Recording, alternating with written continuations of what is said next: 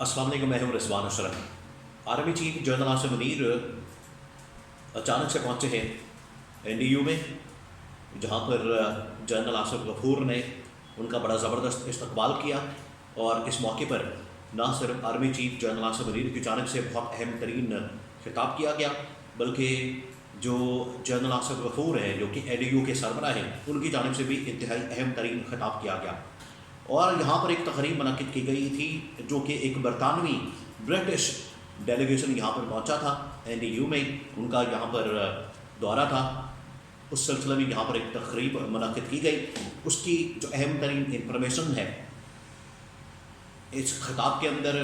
جو دونوں نے خطاب کیا ہے، جنرل عاصم نے، جنرل آصف غفور نے، اس خطاب کے اندر انہوں نے کیا باتیں کی ہیں، پاکستان کے موجودہ چیلنجز کیا ہیں، پاکستان کو اندرونی سطح پر اور بیرونی سطح پر کس قسم کے چیلنجز کا سامنا ہے، اور ان سے مقابلہ کرنے کے لیے ان دونوں کی جانب سے کس قسم کی حکمت عملی یا کس قسم کی اسٹریٹجی بنانے کے حوالے سے اس حکومت کو آگاہ کیا گیا ہے۔ اور ساتھ ہی جو موجودہ اس وقت صورتحال بن چکی ہے، موجودہ جو اس وقت سچویشن ہے، موجودہ جو اس وقت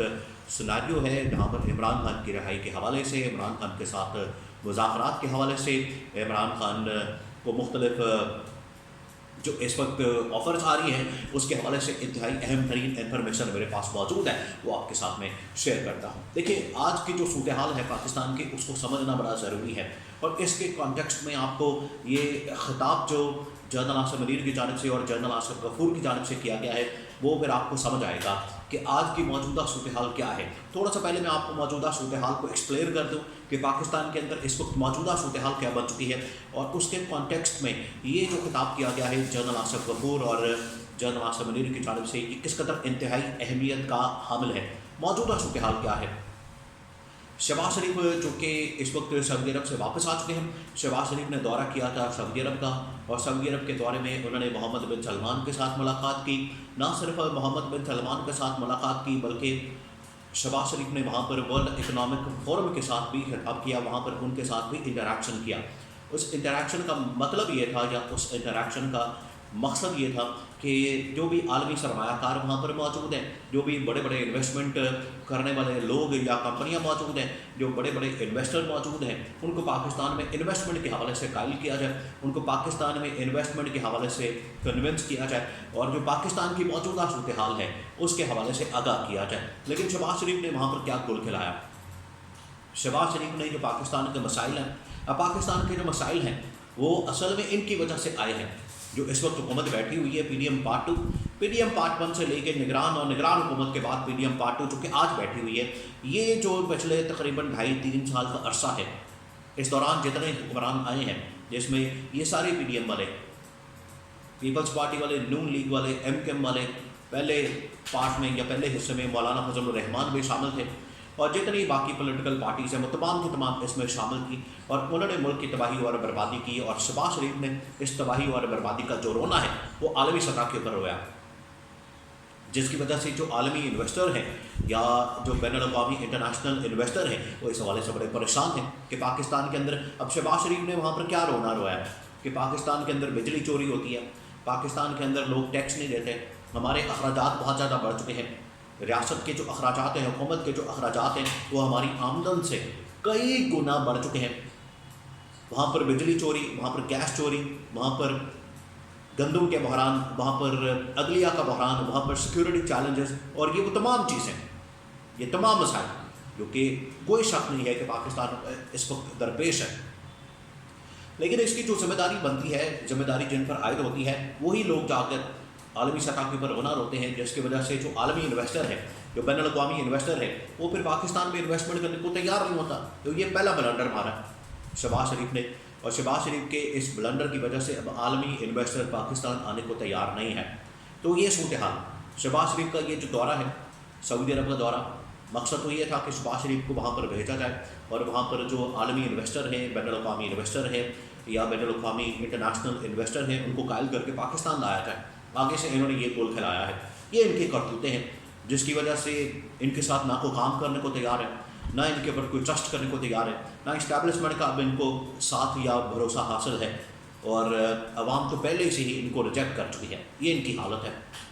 دوسری جانب جو اس وقت عمران خان کی جانب سے آفر کی جا رہی ہے مذاکرات کے، عمران خان کی جانب سے بار بار کہا جا رہا ہے کہ میں مذاکرات کرنے کے لیے تیار ہوں، تو اس حوالے سے ایک کمیٹی بنائی گئی ہے، اس حوالے سے معاملات کو آگے بڑھانے کے لیے مختلف آپشنز کے اوپر غور کیا جا رہا ہے، مختلف حوالے سے اس حوالے سے مختلف طریقوں سے عمران خان کو اپروچ کرنے کے حوالے سے بات چیت ہو رہی ہے کہ عمران خان کے ساتھ بات چیت کی جائے، راستہ کھولا جائے اور پاکستان کے اندر سیاسی اسٹیبلٹی، پاکستان کے اندر سیاسی استحکام کو قائم کیا جائے۔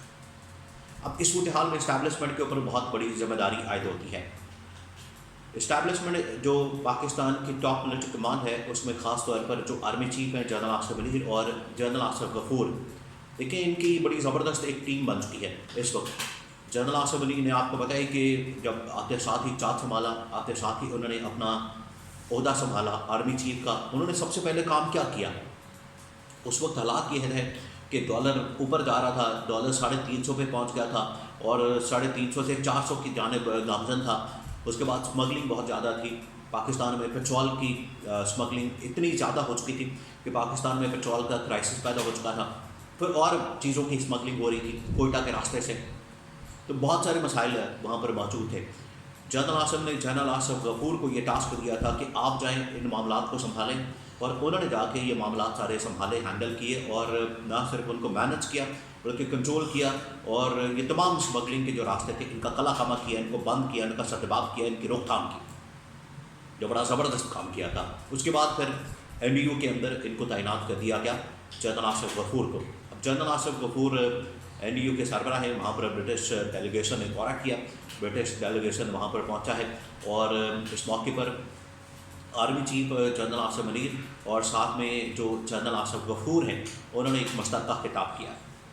دونوں نے خطاب جو کیا ہے اس کے کچھ پوائنٹس ہیں میرے پاس موجود ہیں، حالانکہ اس کی ویڈیوز سامنے آئی ہیں، ان کے حوالے سے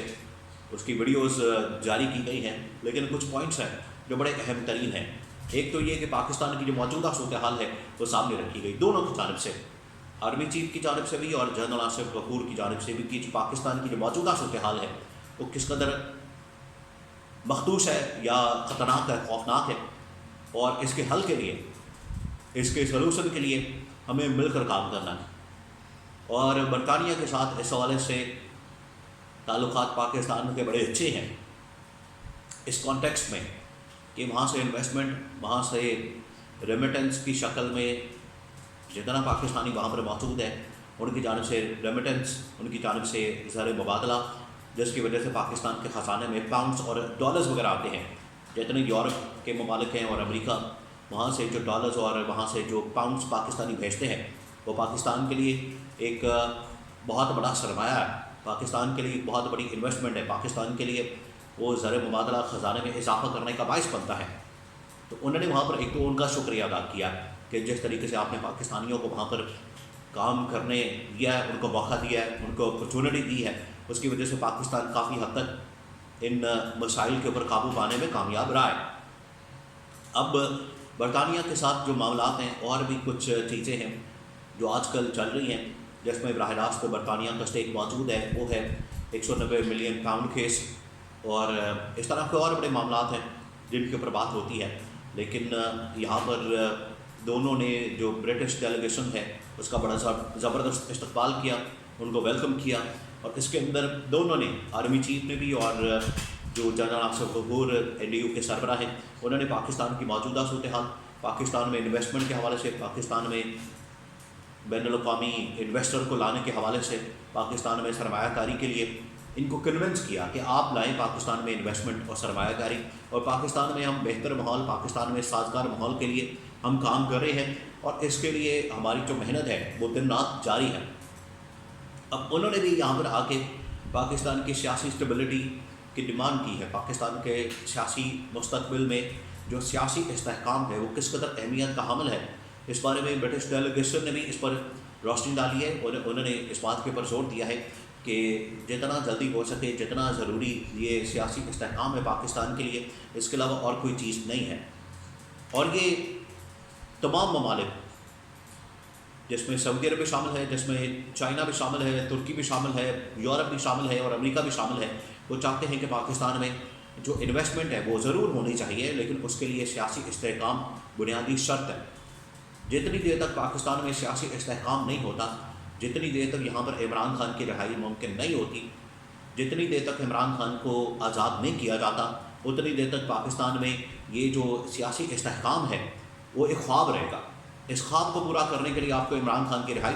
آپ کو عمران خان کی آزادی، عمران خان کو جیل سے آزادی کے حوالے سے، اس کی مینڈیٹ کو واپس کرنے کے حوالے سے، حکومت کرنے کے حوالے سے بہت سخت اقدامات کرنے ہوں گے۔ پریکٹیکلی آپ کو آگے بڑھنا ہوگا تاکہ ملک میں سیاسی استحکام آ سکے۔